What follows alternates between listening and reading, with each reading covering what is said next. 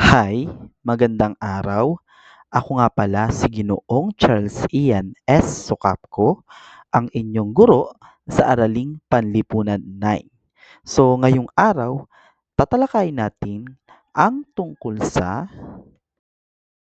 pag-aaralan natin ang paikot na daloy ng ekonomiya. Kung napapansin ninyo, merong larawan ng isang bahay o isang tahanan. So, diyan kinuha yung word na sambahayan. So, ano nga ba yung sambahayan? Ito ang nagmamay-ari ng salik ng produksyon at tumatanggap ng kabayaran tulad ng sahod para sa manggagawa, interes para sa kapital, tubo para sa entrepreneur, at renta para sa lupa. So, sa madaling salita, ang sambahayan is ito yung mga tao sa isang lipunan. So, sila yung mga nagtatrabaho, sila rin yung mga pumopurchase ng iba't ibang produkto. So, kung sa madaling salita, ito ay yung mga tao sa isang pamayanan. So, ito yung mga normal na tao, yung tinutukoy dito.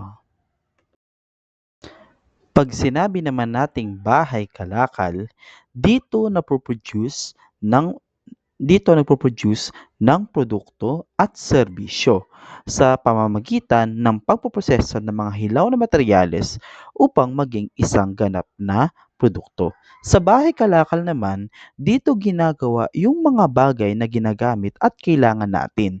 So technically, dito siya pinoproduce at pinoproseso. Dito siya ginagawa. So dito natin kinukuha yung mga bagay na binibili natin at ginagamit natin. Dito siya ginagawa sa bahay kalakal. Paikot na daloy ng ekonomiya. Sa paikot na daloy ng ekonomiya ay may dalawang mahalagang sektor. Ito na nga ay ang bahay kalakal at ang sambahayan. So, technically kasi sila ay may pinakamalaking nagpapaikot sa ating ekonomiya. Ang mga bahay kalakal ay nagpo-produce ng mga produkto na pino-purchase at kailangan ng sambahayan. So, ang sambahayan naman ay ang mga nagtatrabaho sa ang mga nagtatrabaho sa bahay kalakal para gumawa ng produkto.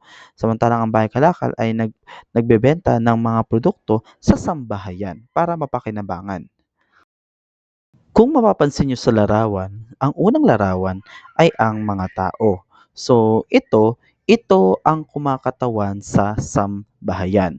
So, sila yung mga tao na bumibili at naghahanap ng mga bagay na magagamit nila at ng mga bagay na kailangan nila. Sa pangalawang litrato naman ay ang um, bahay kalakal. So dito na ginagawa ang mga produkto. So kung nakikita nyo sa larawan, so ginagawa ng mga tao ang mga produkto na pinapakinabangan ng sambahayan. So sila yung nagpo-produce at nagpoproseso ng mga produkto para mapakinabangan ng sambahayan. Ang bahay kalakal ay ang lumilikha ng mga produkto na ginagamit ng sambahayan. Samantalang ang sambahayan naman ay ang kumukonsumo ng mga produkto na nililikha ng bahay kalakal. So, ang kita sa isang simpleng ekonomiya ay ang halaga ng produksyon sa takdang panahon. So, kapag marami ang napoproduce sa produkto, marami rin ang bumibili ng mga produkto, maganda yung takbo ng ekonomiya sapagkat masigla ang takbo ng ekonomiya sapagkat marami ang bumibili ng mga lokal na produkto na pino-produce ng sambahayan. So kapag maganda ang bentahan, marami ang magbabayad ng buwis at mapapakinabangan ito ng pamahalaan upang mapaganda ang ating ekonomiya. Sa illustration, ang bahay kalakal ay nagbebenta ng kalakal at paglilingkod sa pamilihan at paglilingkod. So, nagbebenta sila ng mga serbisyo at mga produkto na napupunta sa sambahayan. So, samantala, ang sambahayan ay ang lupa at paggawa ay kapital ay napupunta sa pamilihan. So, yung input din na yung mga input or yung mga materials na gagamitin ng bahay kalakal ay binibili nila sa pamilihan. So yung kita ng ng pag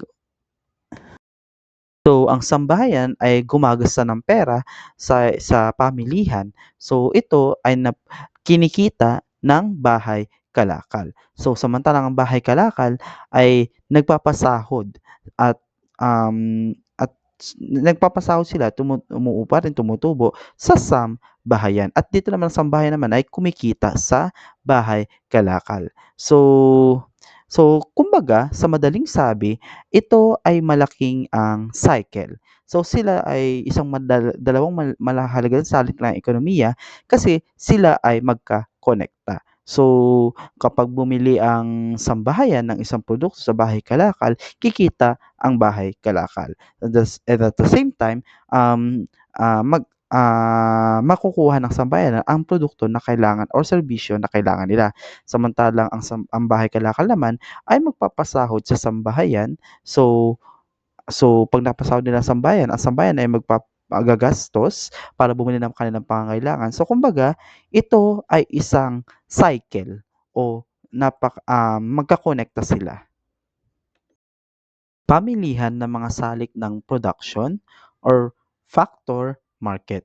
Nagbebenta ang sambahayan ng mga salik ng produksyon. So, ang sambahayan, so hindi lang naman sila yung nagpo-purchase ng mga produkto, no? Sila rin yung mga nagbebenta ng mga materyales na pwedeng gamitin ng bahay kalakal. Bumibili ang bahay kalakal ng mga salik ng produksyon.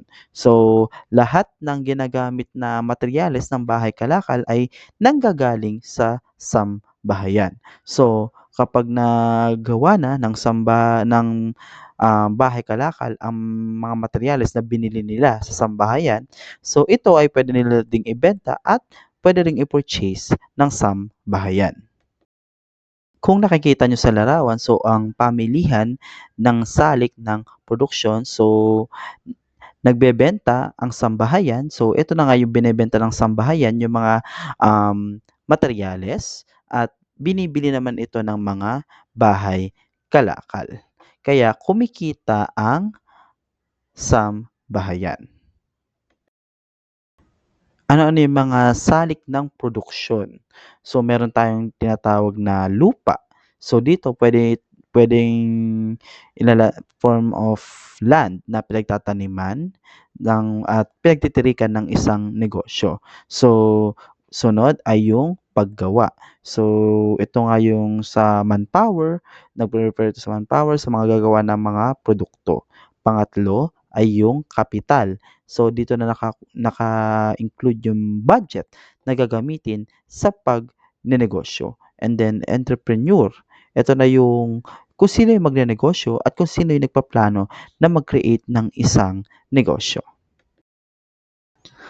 Pamilihan ng mga kalakal at paglilingkod.